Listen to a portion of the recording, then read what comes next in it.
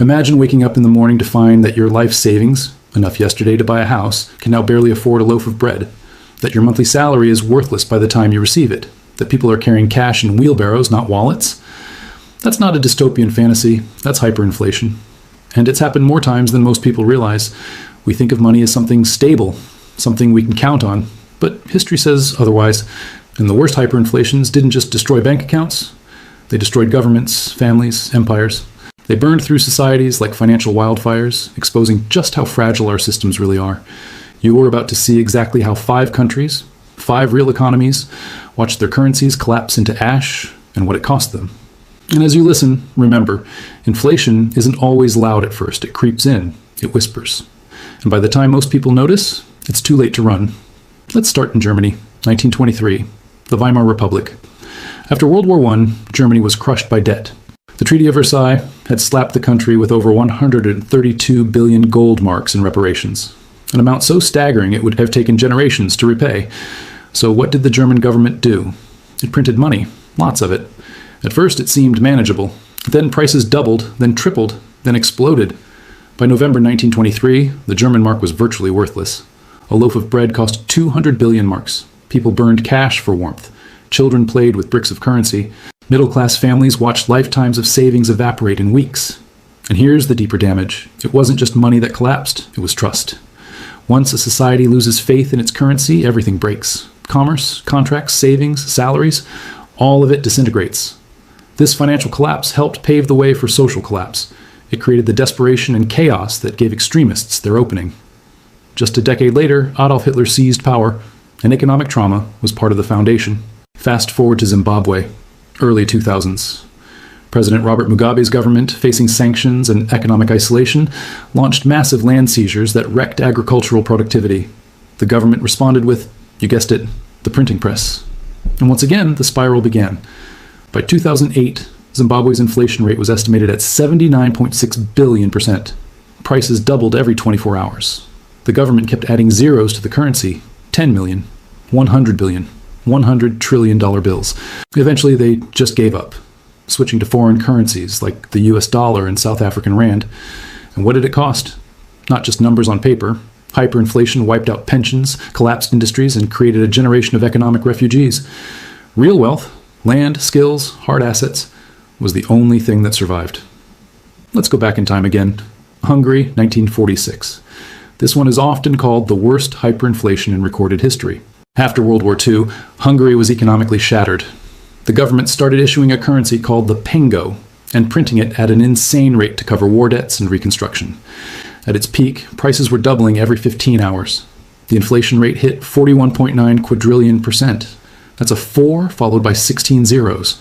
The currency was so devalued that the government created a new note, the milpengo, worth 1 million pengo.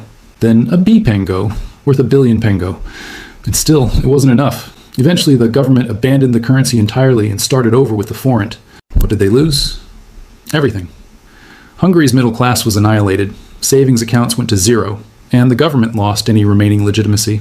Hyperinflation didn't just reset the economy, it erased the past. Next, let's turn to Latin America, Venezuela, 2010s to present. Oil-rich, resource-rich, yet politically broken. Years of corruption, price controls, nationalizations, and reckless monetary policy turned one of the region's wealthiest countries into a cautionary tale. The government printed money to cover deficits, subsidized failing programs, and maintain control. And again, inflation took off. By 2018, Venezuela's inflation rate crossed 1,000%.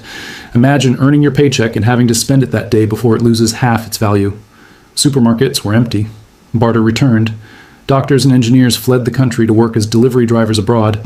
And just like in Zimbabwe, the government began issuing new bills with more zeros, until they finally gave up and slashed 6 zeros off the currency overnight.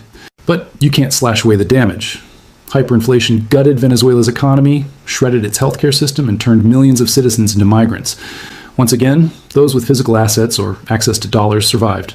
Those without didn't. And now we arrive at a more obscure case, Yugoslavia, 1990s.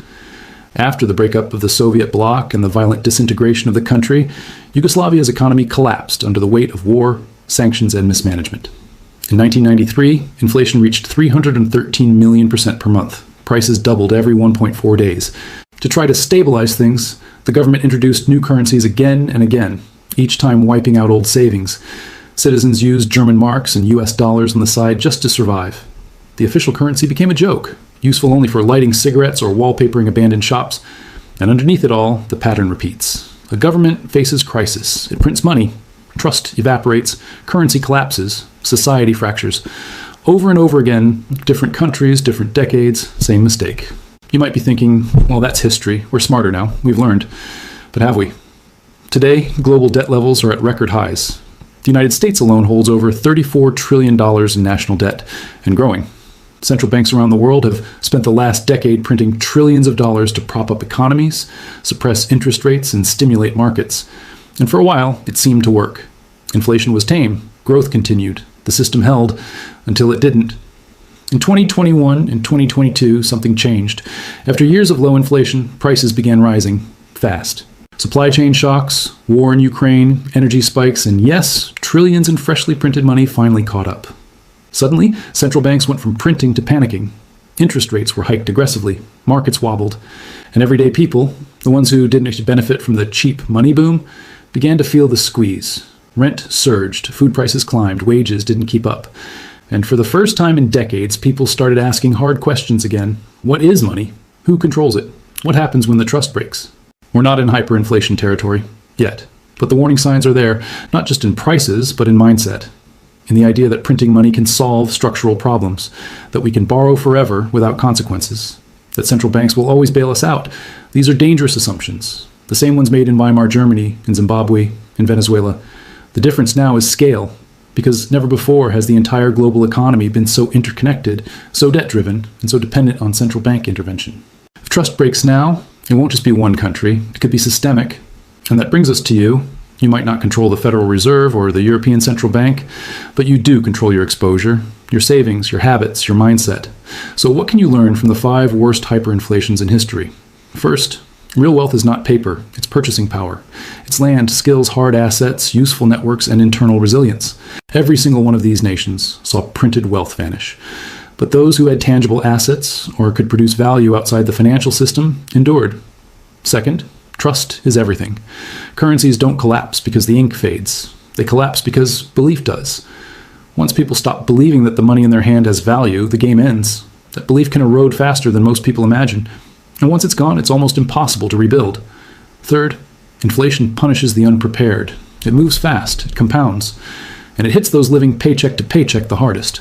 Governments may inflate their debt away, but you can't inflate your grocery bill down. That is why financial education isn't just about growing your wealth, it is about protecting it. So what does protection look like today? It looks like understanding the system instead of blindly trusting it. It looks like reducing unnecessary exposure to debt. It looks like diversifying your assets, not just across stocks, but across systems. Maybe that means some hard currency. Maybe it means learning a skill that holds value no matter what happens to the markets. Maybe it means building a life that costs less to sustain.